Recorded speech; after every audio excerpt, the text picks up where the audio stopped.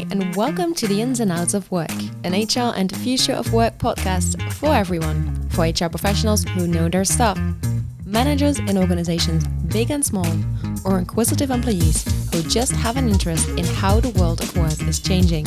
My name is Nelly, and I'm an experienced HR writer, speaker, and enthusiast with an international background. And I'm Joe, not an HR person by any means, but here to give an outsider's view. On this podcast, we do things a bit differently.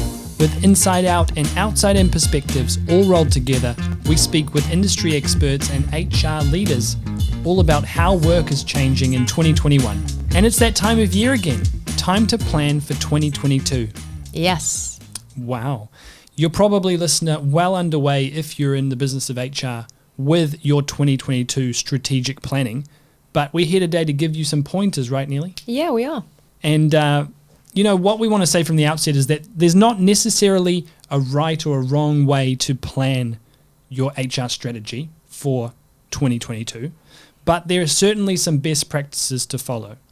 And today we're going to go back to our famous Season 2 format. So if you're just joining, we're in Season 3 now, but in Season 2, we covered different topics with a range of segments. So we're going to go back to the segment approach.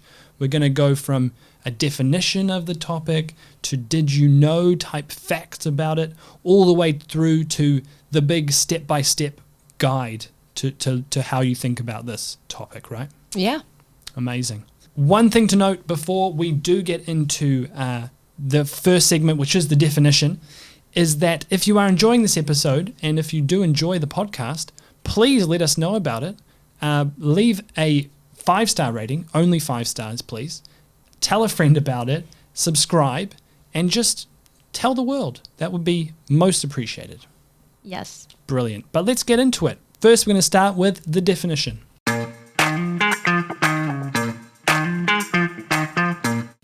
Yes, so the definition, Joe, there's two actually, starting with the human resource strategy. What is that? It is a business's overall plan for managing its human capital to align it with its business activities.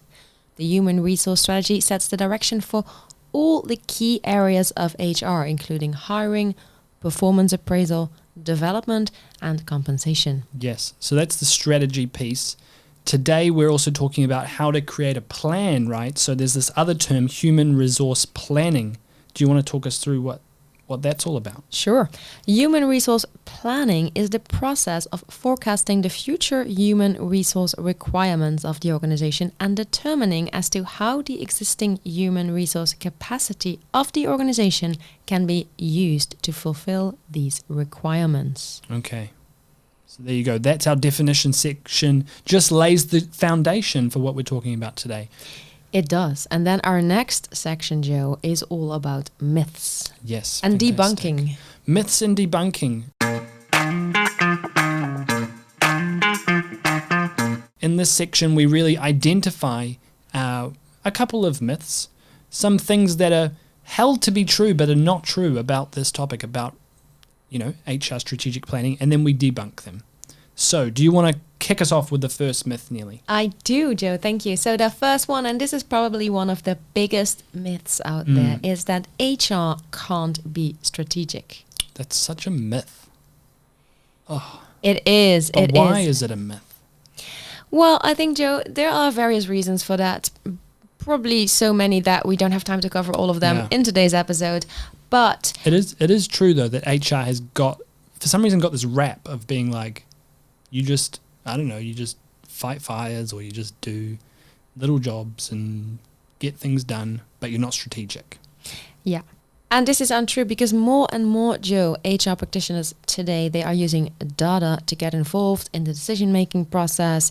Very many HR initiatives, they have a real impact on the bottom line, as it should be, and issues with productivity, employee engagement, and staff turnover, they are all being dealt with in a very good manner. Yeah, and the best companies are doing it in such a strategic way, and I think nothing has shown that more than like the pandemic period, and us coming out of that with returning to work, the office and things. The most innovative companies are doing these kind of HR people topics or processes in such a strategic way. Yeah. And seeing it in that way. So that was our first myth. Second one, Nearly, is that HR works alone. HR is a lone wolf. It is a silo. It's a silo, one big silo. And that's a myth, because while many of HR's, day-to-day topics tend to be kept confidential or within the HR team or that sort of senior leadership team, like creating a plan and creating a strategy is the most cross-functional activity that needs to be done, right? So if we're talking here about HR strategy, HR planning, HR cannot work alone, right? No.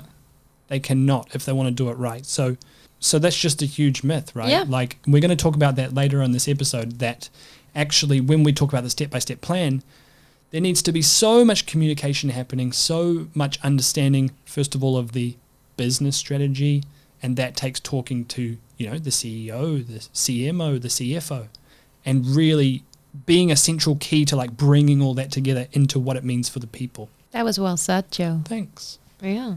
And I think this brings us automatically to our insider actions section. So in this part, your resident HR insider, that would be me, gives you some best practices or sometimes some step-by-step plans or a bit of a guide to help you with the topic that we're discussing that day. And for today's episode, that is going to be all about coming up with an HR planning for 2022, Joe. This is the real meat of this episode, Nearly. So essentially what we want to say at the beginning of this step-by-step plan, okay, this insider actions, is that we're going to run through 5 sort of steps to help you think about how to go about putting together your plan, right? But it's not a practical, really concrete step-by-step, okay? So if you do want that, never fear, because we also have that. We have what's called a workbook, okay? And we've just put this out at Talentsoft. We've just released it the other day. It's available in the show notes. And what's it all about? It's essentially a workbook template. You're going to be able to download that, a PDF, and actually print it if you want, and fill out, like, according to our template, all your answers to different questions. It's going to help you to frame your HR plan, your HR strategy in a great way. Okay, so we want to encourage you, listen to the next few minutes of this podcast, but also download that workbook, work through it. It's gonna provide really a great framework for you to just concretely see how to put this all on paper. End of promo workbook. End of promo workbook. Yes. That was like the closest we get to ads on this podcast. I think so.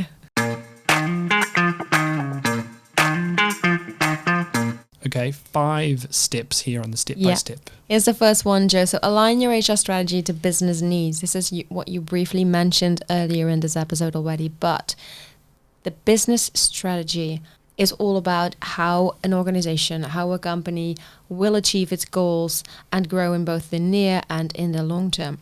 The HR strategy complements this by creating the internal infrastructure that can effectively activate its people and processes to reach those goals. Yeah, I imagine this is so crucial, Nearly, in terms of like, if you do not start here, you're really off to a very bad start. Because if you don't understand the business needs and the business strategy as an HR professional, as an HR leader, how are you then going to translate that into your HR plan? Yeah. And so now I can imagine people asking, okay, but imagine you're an HR leader, Joe, you have a lot of experience in one industry and then you're transitioning into a new role, into a completely different industry. How do you go about that? Well, you talk to people in the organization, right? You talk to people who know the business very well. You speak to people from various departments, trying to gather as much as information. Yeah, exactly. And I think it comes back to as well, like things we've talked about of skills that HR people need in the future, right? Around business acumen. Yeah. And actually, HR people of the future are going to need to have a kind of pretty deep understanding of like what drives a business forward. And that is crucial to this step. Yeah, exactly. And maybe we can share an example of what this could look like in practice. Now, let's say there is a company having suffered during the economic downturn of the COVID-19 pandemic, and that company decides to shift its focus in 2021 away from new customer acquisition, and instead it wants to double down on customer retention in an effort to reduce churn. Now, the best way to do this, the company figures, is to create an exceptional customer experience that puts strengthening customer relationships on the top of its priority list. Yeah. Now we're going to get to where HR Yeah. and the HR strategy gets into play here. Now, creating this great customer experience typically means having dedicated employees on the ground to support and nurture those relationships. So to ensure that nothing slips through the crack, especially at such a tumultuous time, this company may want to simultaneously align its HR strategy to focus more on employee retention to minimize and hopefully avoid any disruptions in customer experience. Right. So that's such a good example in terms of like starting with what the business is focusing on doing, given the context, given COVID and things, retaining customers, reducing churn. Therefore, that translates into an HR strategy where we focus on retention and ensuring that the customer experience with all those customer service people remains the same. Exactly. Great example. Thanks. All right, on to number 2, identify what success looks like. This is super important. You need to know what success like. Right. In your case. And this is a question, Joe, I recently asked to a bunch of people. I was like, okay, what does success look like? And the answers, they varied, but there were people saying, no idea. That's crazy. But also, I mean, success for you can be something very different than success to me, even if we're talking about the same business problem, right? Yeah. So this is important. You need to think about what success looks like, and you need to make sure that everybody involved has the same definition of success. Yes, exactly. Because without stating it, what you're saying is without stating it concretely, people could have a different understanding in their head of what it actually looks like. Yes. Yeah. Exactly. So you need to make sure that you speak the same language. Now, while defining this success and basically this goal setting process, you can try to make it a bit more organized. And so you can consider building your HR strategy around 4 key internal levers. Yes. Now, there's culture. So how will this strategy fix, change, amplify, or even transform certain aspects of the day-to-day leadership and employee experience within your organization? There's the organization. So how will the strategy optimize the hierarchical structure of your organization, refine reporting lines, and identify new job role needs? There's people, of course. How will the strategy support the ongoing development, growth, success, and happiness of the people within the organization? And then there are the HR systems. How will this strategy streamline the processes used across the talent management spectrum, from recruiting to training to compensation and beyond? That's a really good way to look at it, Neely. Sorry to interrupt. Is like, bringing it back down to these 4 pillars. I guess this second point around identifying what success looks like is where you're really thinking about, okay, how do I translate that business plan we had in point 1 into concrete sort of HR plan, and then bringing it down to these 4 pillars. So how are we impacting these 4 pillars, or what do we do in these 4 areas, right? Yes. Yeah. And those were, if we just repeat, culture, organization, so organization sort of around hierarchies and management and reporting lines and all sorts of things, people, and HR systems, so like the technology you're investing in. Yeah. Brilliant. And then once you've done that, Joe, and we will talk about this a little bit later, but then once you've determined what success looks like and the goals that you want to achieve, you also need to identify how you are going to measure whether or not you've achieved these goals. So here we are, of course, talking about establishing key performance indicators, KPIs, and tracking progress against them regularly. Cool. And not just treating them as, you've created your plan and not just leaving it there, but having it as a reference continually throughout the year to measure success against it. Yes. Brilliant. I think you've got a pro tip for us. We do have a pro tip, yes, Joe. Now, this can sound very overwhelming. So to avoid getting too overwhelmed, what you can do is you can break that strategy into more manageable chunks. So once you've got the, let's say, overall strategy, try to see if you can break it down, like mini quarterly or monthly strategic plans, for instance. Yeah. So that it just makes it more easy to keep the overview. And you can also do the same thing with the goals, of course, so that it doesn't seem so much. Yeah, good point. So we mentioned earlier, there's different ways to plan your strategy and to put it on paper, but this is one great tip, is that, you might have your main plan and however you plan to structure that, but then breaking it down into quarters or months and what you need to practically do or what you need to shoot for in those periods of time. Yeah, and I think there's two main advantages to this, Joe. It's like, one, it won't seem as much of a daunting task. And two, if you also break down the goals, if you break down the goal for the whole year into quarterly chunks or even monthly chunks, it is easier to achieve those, which then obviously is a great feeling of, yes, I achieved the monthly goal. Yeah, it creates that momentum and buy-in even more from the team, I guess, as well. Cool. Okay, let's move on to number 3. Yes, focus on collaboration. We talked about the myth before of HR acting alone. That is not true. And that is absolutely not true for creating an HR plan. So this is super important, Joe. You need to work together with the stakeholders. Yes. And I guess you've been doing that. If we take it back to the first step of understanding the plan, you mentioned that already you've had to be having those conversations from the very start, right? So It's continuing that collaboration even once you've got it on paper. Yeah. Ideally, Joe, it is a constant conversation. It is a continuous conversation. Yeah. Really. Yeah, totally. And a saying I've heard a few people say before is, it sounds a bit mean to HR, right? But it's a good saying, I think, is that HR is too important to be left to HR. But HR is good. HR can be good at it. But I think the saying means really that these kinds of topics actually should implicate all of the senior leaders of an organization. And even what I've been hearing more and more, Nearly, is the sense of like HR being able to onboard managers and like team managers into the HR team in a sense, right? Yeah. So we've done an interview, I can't remember who it was with, but it was a really good point around that. Can you tell us a bit more about what that might look like? Yeah, sure. I think the managers, Joe, they are so important for many HR topics. And I think that it is very difficult for any HR department to roll out any kind of policy or change without having the managers in the company on board, because they are the ones who are on a day-to-day basis in touch with their teams. So managers are key, I think, for the success. Also for the success of an HR strategy. Totally. And I just love that thought of, as an HR professional, as an HR leader, seeing them as part of your extended team, I think is such a cool way to look at it. Yeah, absolutely. Yeah. Cool. Number 4, drive engagement through communication. This is similar to what we just talked about, Joe. Not only do you need to have this continuous conversation with the key stakeholders across the organization to kind of bless your HR strategy, but you also need them to be your most active supporters. Because otherwise, we talked about this just before, but like even the best strategies, then they will never succeed. Yeah.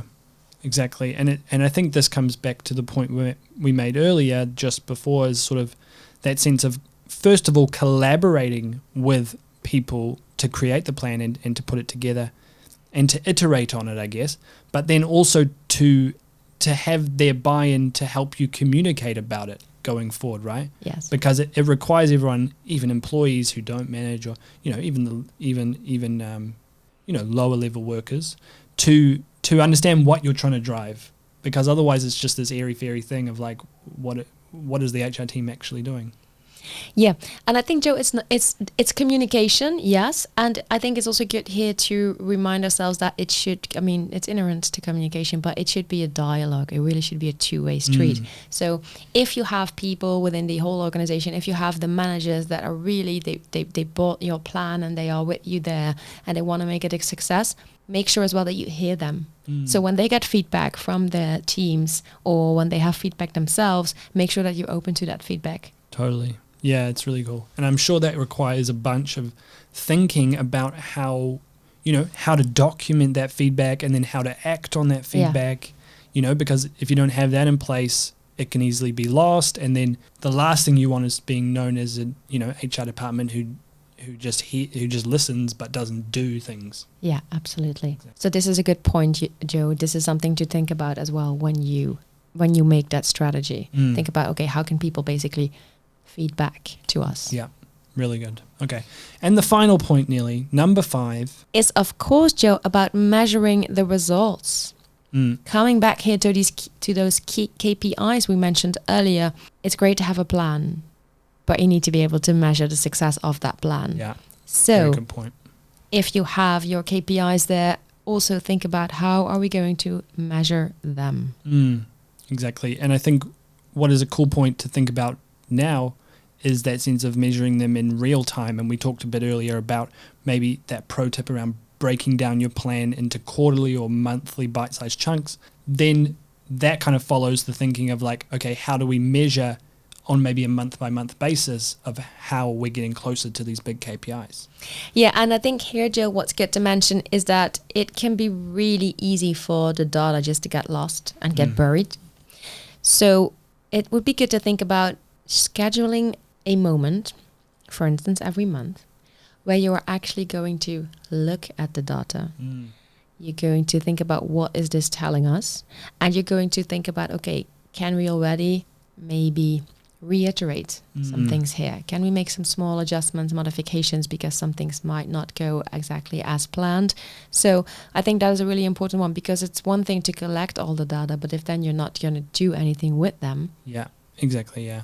And not just leaving it until this time next year to think about, how did we go on the plan? Yes. How did we do the strategy?